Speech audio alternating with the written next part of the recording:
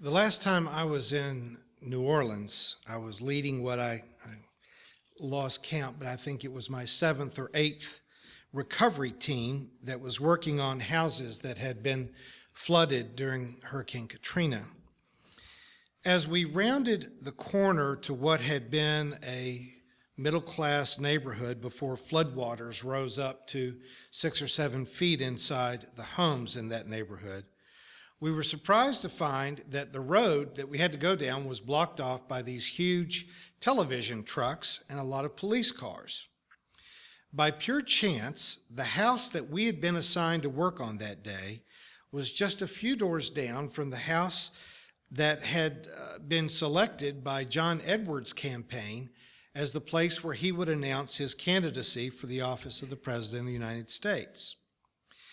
Now, the work of gutting a flooded home, especially a couple of years after it had flooded with all the soaked furniture and insulation and drywall and what have you, is about the nastiest work I've ever done. It's amazing the different colors of mold that appear on the walls and the kind of rodents and insects that come to live in a place like that. So we were in no way clean enough to go into the crowd to listen to the speech, but from time to time, you took a lot of breaks because you had to breathe through a respirator, and so you take a break, we go over and try to listen to some of the speeches that were going on and see what was happening and who was there, but from a safe distance. And once standing at the back of the crowd, when John Edwards was actually up speaking to the women who were on my team from the church I served at the time, both wives, both mothers of young children, one said to the other, "Do you think I could throw my panties at him from here?" And the other said, "I don't know, but let's try." Thankfully, they were kidding.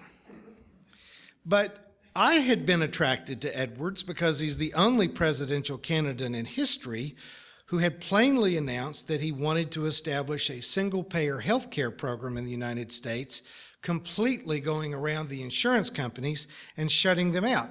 In my opinion, health insurance companies are the death panels in America.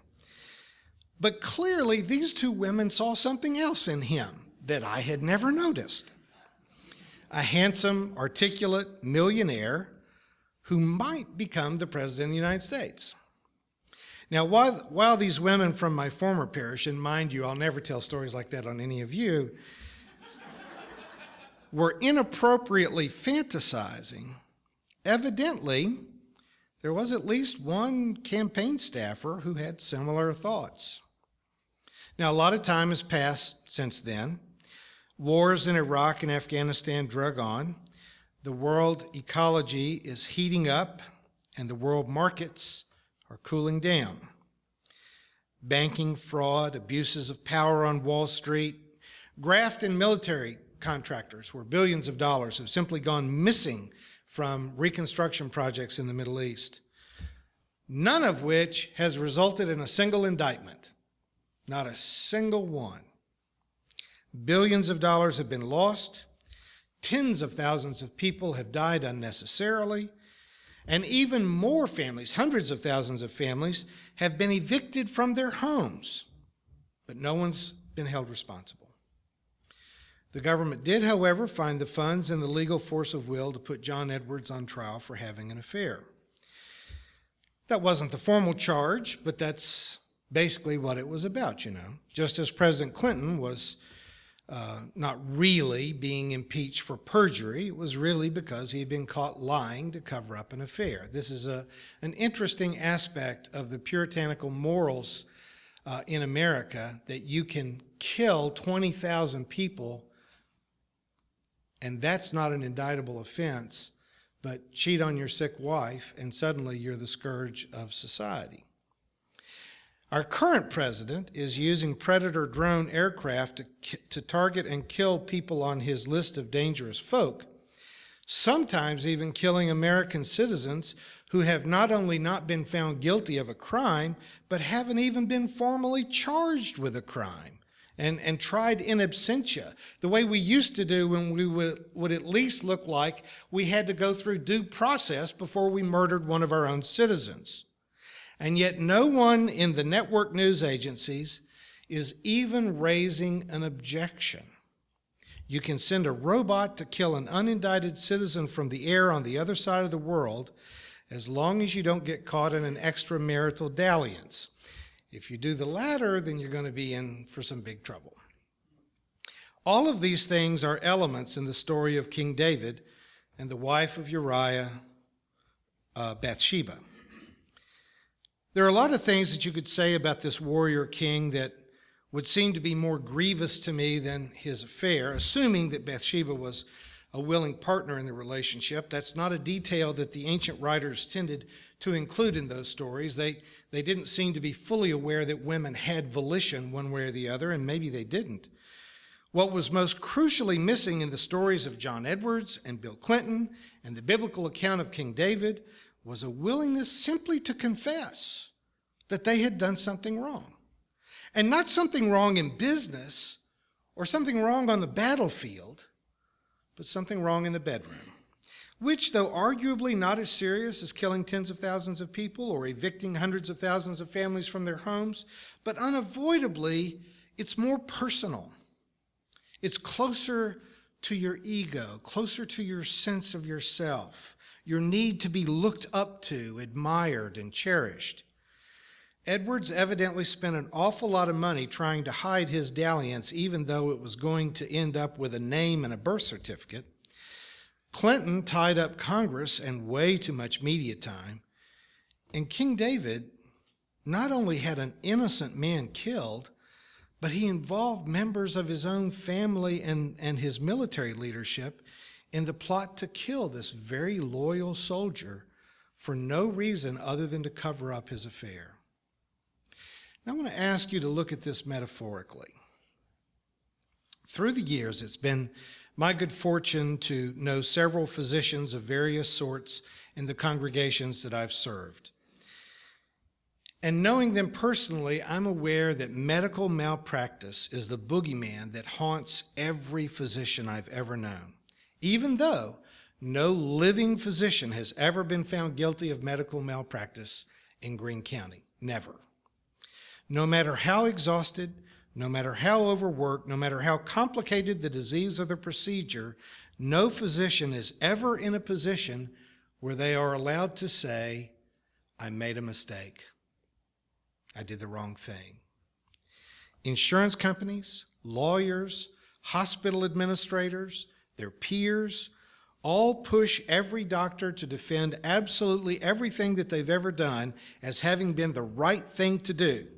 The only thing that could have been done under those circumstances.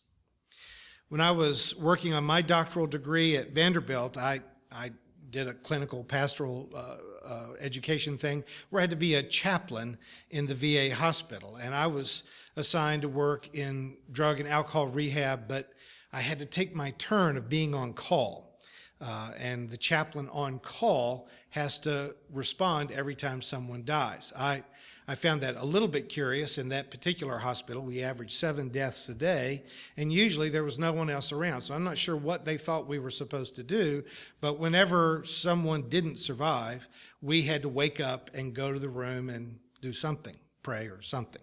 So I had to sleep in the hospital. I served a church that was 60 miles away, so I had to sleep in the residence ward at the time that I was on call those 2 or 3 nights a week.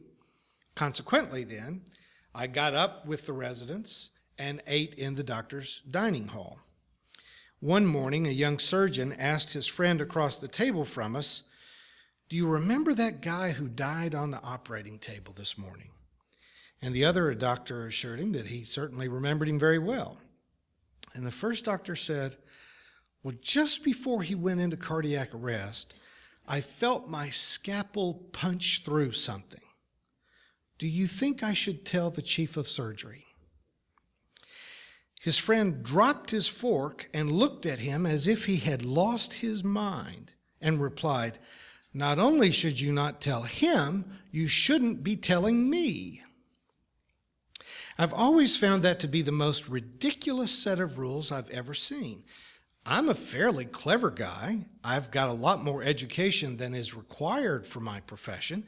I have 32 years of experience, but I make mistakes every single day. I forget things, I say the wrong thing, I lose my temper, I fail to edit properly some of my own writing. I sometimes make judgments without sufficient evidence. Now, I'm not delivering babies or doing brain surgery back here, and if I were, I'm sure I would be a lot more careful. But if we were to get the spouses of any one of our physicians, it so happens all of our physicians are male, but if we were to get their wives together and ask them, is your doctor perfect? Does he ever make any mistakes? I expect we might hear that they are not perfect human beings. Now, Dr. Gill is single, and so am I, and we have discovered that sometimes it's best to not have a critic living in the house with you. It's, if you want to appear innocent at any juncture, it's sometimes best not to have any witnesses. It is insane to expect anyone of any profession, no matter how experienced, how educated, how smart, how talented, that they will never make a mistake. Isn't that obviously insane? It's ridiculous to assume that anyone who makes it through life for a few years will not have a lapse in judgment. But we set up our moral standards in a way where we don't seem to even honor a truthful confession. The puritanical Christian values of at least America's media suggest that when you are caught in a moral mistake, the only thing you can do is deny it. I'm suggesting that there is something very, very unhealthy on both sides of that exchange. The famous author of The Road Less Traveled, M. Scott Peck, also wrote a rather less popular book about human evil entitled The People of the Lie. And the lie referenced in the title of that book may not be what you would expect. The lie, Peck argues, that is at the root of evil in human character is the suggestion or the insistence that we are guiltless, that we're innocent. That is the big lie on which the journey to genuine evil starts. I have argued with friends in the media that when a reporter asks the President of the United States about something as personal as their sex life, that they deserve whatever lie the POTUS comes up with at the moment. There are things that should be off limits to the prying eyes of the public and the media. But if some reporter wants personal dirt on a public figure, then I don't think that figure owes the reporter any response at all.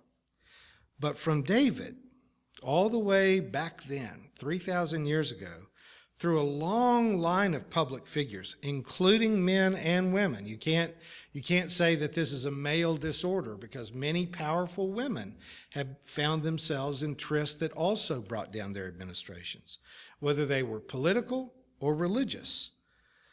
We find throughout history that even murder is not untenable when it comes down to hiding the fault. That's how deeply rooted the lie of personal innocence is in our psyche. Maybe that's so because we don't really believe in forgiveness. And if you go out looking for examples of genuine forgiveness, it is not easy to find. Maybe we're convinced that innocence is the only way we can survive, even if innocence doesn't really exist. What Peck argues, and I find that it is a crucial insight into the value of having a spiritual life, is that we absolutely must give up the pretense of innocence. Doing that means that we have to be willing to both accept forgiveness and in turn to be decisively forgiving. It's no surprise then that the Lord's Prayer, which has often been described as the perfect prayer, includes, and it's very brief, the Lord's Prayer is very brief, just a paragraph, but it includes the sentence, "Forgive us our sins as we forgive those who sin against us." Forgiving and being forgiven go hand in hand, and one doesn't work very well without the other. I know that a lot of our progressive friends are surprised to see that among the few things that we have not given up from our previous traditional Christian worship is the inclusion of a prayer of confession. And I would guess that even most Protestant churches in Springfield, Missouri, don't have prayers of confession in their service, and we almost always do. And I sometimes wonder myself if it isn't too negative. You know, I don't want to in any way come close to suggesting the kind of neurotic religious guilt that comes from religion that we've emerged from. We've come away from that.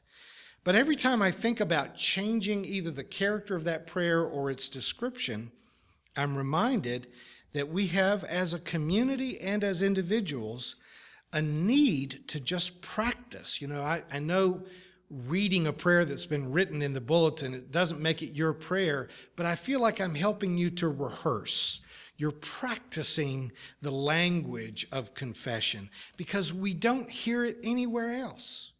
Everywhere else all week long, your friends, your family members will tell you, oh, that's all right. You didn't mean any problem. You did the best that you could. It's always amazing. Whenever anyone talks about particularly offenses within their own family, the only way you're ever supposed to view your parents is they did the best that they could. I can cite any number of examples of parents who clearly didn't do the best that they could.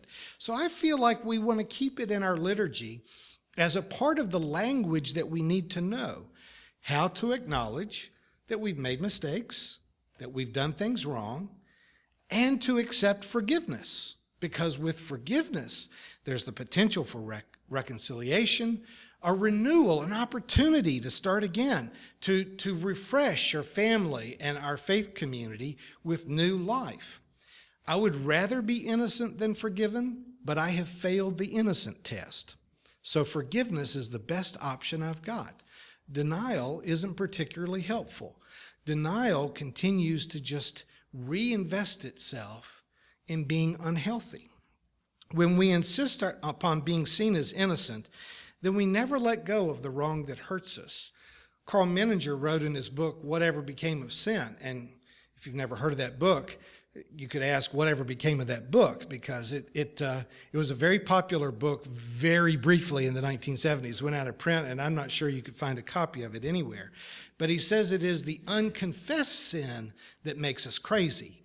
That's what eats at us. That's what deteriorates our character, our credibility, our mental health.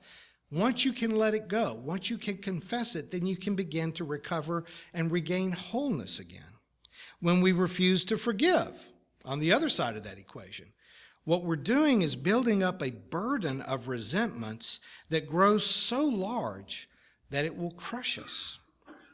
Thomas Merton said that the most difficult and the most necessary of all renunciations in the spiritual journey is resentment. And if you've lived a few decades, you've got some reasons to be angry. You've got people who've hurt you. You've got things that you can legitimately feel resentment about. I'm not saying that you're wrong to feel the resentment. I'm just saying that it's going to kill you.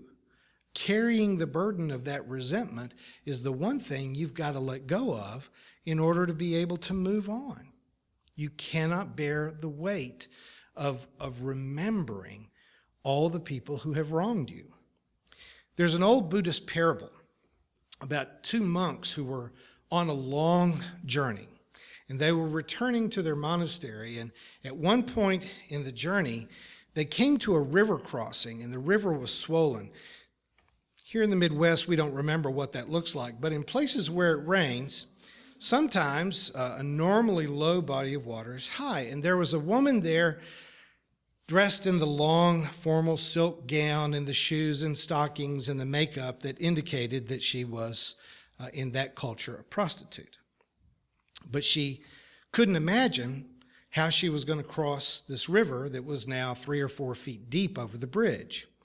So one of the monks pulled her up onto his shoulders and carried her across the bridge and set her down.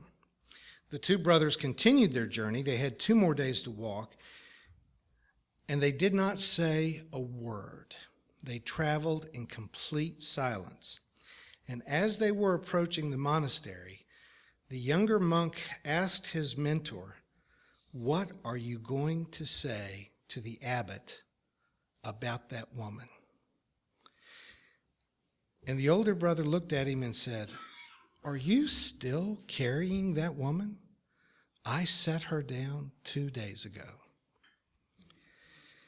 If you are still carrying resentments from some wrong that was done to you a long time ago, I'd like to suggest to you that this is an excellent time to set that woman down. If you are hiding behind a false mask of perfection and innocence, let me assure you that we already know that you're not all that in a bag of chips. We have already decided that we forgive you and that we love you. And we're not especially interested in hearing all the details. The media always wants to give you the details. We don't really want to hear the details because we've already decided that we're going to forgive you. We set the job of judging you down a long time ago. Sisters and brothers, believe the good news. You are free. Be at peace then with God. You've been watching a progressive Christian video from the Community Christian Church of Springfield, Missouri. We encourage our viewers to donate to our efforts in feeding the homeless and hungry of our community. Write to us at reverenddray@aol.com for more information.